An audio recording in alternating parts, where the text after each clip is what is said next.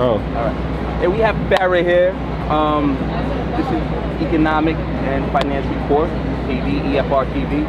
As we speak about the economy and how they relate to young people, you know, the finances, and you know, accounting, more finances, of course, and the economy.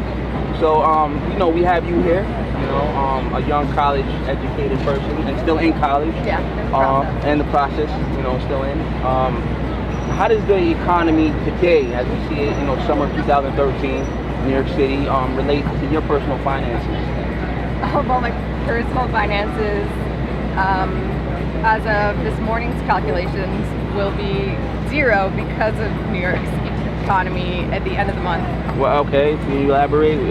So, I got a stipend to live here for the summer. Okay. It's my first summer living here. And I'm gonna end up with zero at the end of the summer in my bank account. Which is fine, because I'm in school right now, so there's really, I don't have hopes of like saving up much money while I'm in school because I can't work full time. But I just could not have anticipated how expensive it is living here. Well, yeah, I mean, let's elaborate more on that. Exactly. So you're here on an internship. Right. You're here in an internship, and I guess how did the money dissipate as it does? Well, I got funding to do this internship through my school because it's an unfunded internship with an alum, and I guess I just like was trying to see how long I could make it last here. Right. And I tried really hard to find ways to live cheaply here, but it just did not work out. I have to try really hard to do $10 a day here. Right. And I'm from Georgia, where cost of living is super cheap. Super cheap, correct. Now that's a good point, because you know, as you look at different variables, different states, different localities around the nation, and then when you come into the East Coast, especially the Northeast, New York, Massachusetts, Connecticut, Jersey, the standards of living, the price of living seem to be a little bit more. You know, us being young people, and how it relates to, you know, either coming in out of college or finishing high school, going into the workforce, coming out of college, going into the workforce. You know, with it seems to be a temperament of a lot of college kids that, you know, there's nothing really afforded for them. Even if while you're in college, there's a lot of kids, you know, college kids who are working. Yeah. And you know, but the funny thing is that you have a lot of college kids, when they come out of college, they tend to gravitate towards New York to find that opportunity to get their big, you know, if I can make it here, make it you know, make it anywhere. Yeah. You know, Empire State of Mind. You know, Jay-Z boss. So, you know, you have that glorification. Do you feel like the media kind of bigs it up, even though the economical means don't really attribute to it? No, I think the glorification's still there. And to be fair, my impression of like the glorified New York has been, I have a background in theater, so it's been from like hearing about starving theater artists moving to New York. So the way I've always seen the glorification has sort of had an element of like being young and broke. Like, have you seen Rent? Of course. That sort of thing. Right. So that, I guess, yeah, it hasn't really bothered me too much being broke in the city. The limitless aspect of New York is like everything I could have expected. Right. Do you see yourself actually, when you're done with your college education, coming here to actually survive, to live here, or do you find yourself more in the? I know we were speaking about San Francisco, and you were speaking about Georgia. Are you feel like you're more into those type environments, or? I mean, I love San Francisco, and I've always wanted to move here when I graduate. I know that if I didn't, I would feel like I hadn't like given my potential its full shot. But I mean, after living here for 2 months now, I just can't imagine living here full time and not having somewhere else to go for breaks. Honestly, I think the ideal would be being able to live part time here and somewhere else. For me, it would be San Francisco. I know a lot of people who live here part time and then live in like Western Massachusetts part time, where it's like very rural. But I don't know, the city is just like hard to breathe in. Okay. That's understandable. Well, we focus on the economic and financial aspect of how society's played out to young individuals, young adults. Not just limited to them, but definitely influence upon them. So I'd like to just get your what do you think about how the economy has progressed since the crash of between 2007 2009? I'm sure you were young, but like how do you feel the economy working for you? Do you feel like what the Federal Reserve has done, or what the Treasury Department has done along with the Federal Reserve to kind of boost the economy, or the Department of Labor? How does all these affect your mind? Do you feel it, or is this just like all talk from the news perspective? I felt a little bit of relief in just the amount of attention that's turned towards student loans lately. Okay. I think big issue. Yeah, and people are starting to see it as an issue, which I think is like very necessary. Right. I do have a lot of hope that with our generation being so indebted in student loans that, we're the next constituents. Right.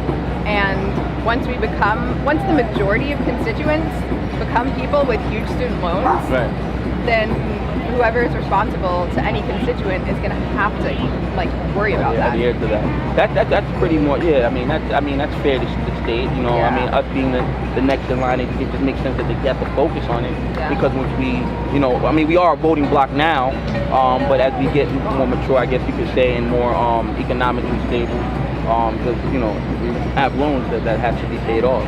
All right. What else I would like to kind of accommodate through our show is the reporting of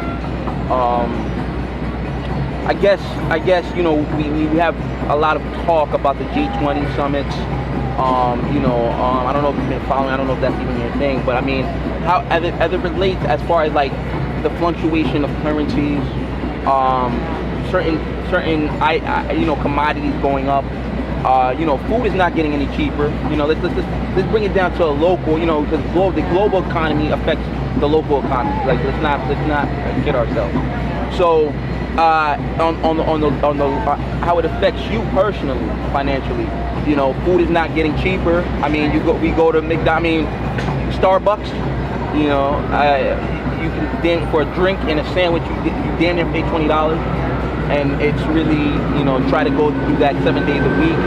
How do you feel that it needs to be working, as far as, young people who are coming out of college, young people who are in college, young people who are finishing high school who want to go into the job force or something like that, as far as means to accommodate the economical needs in their finances?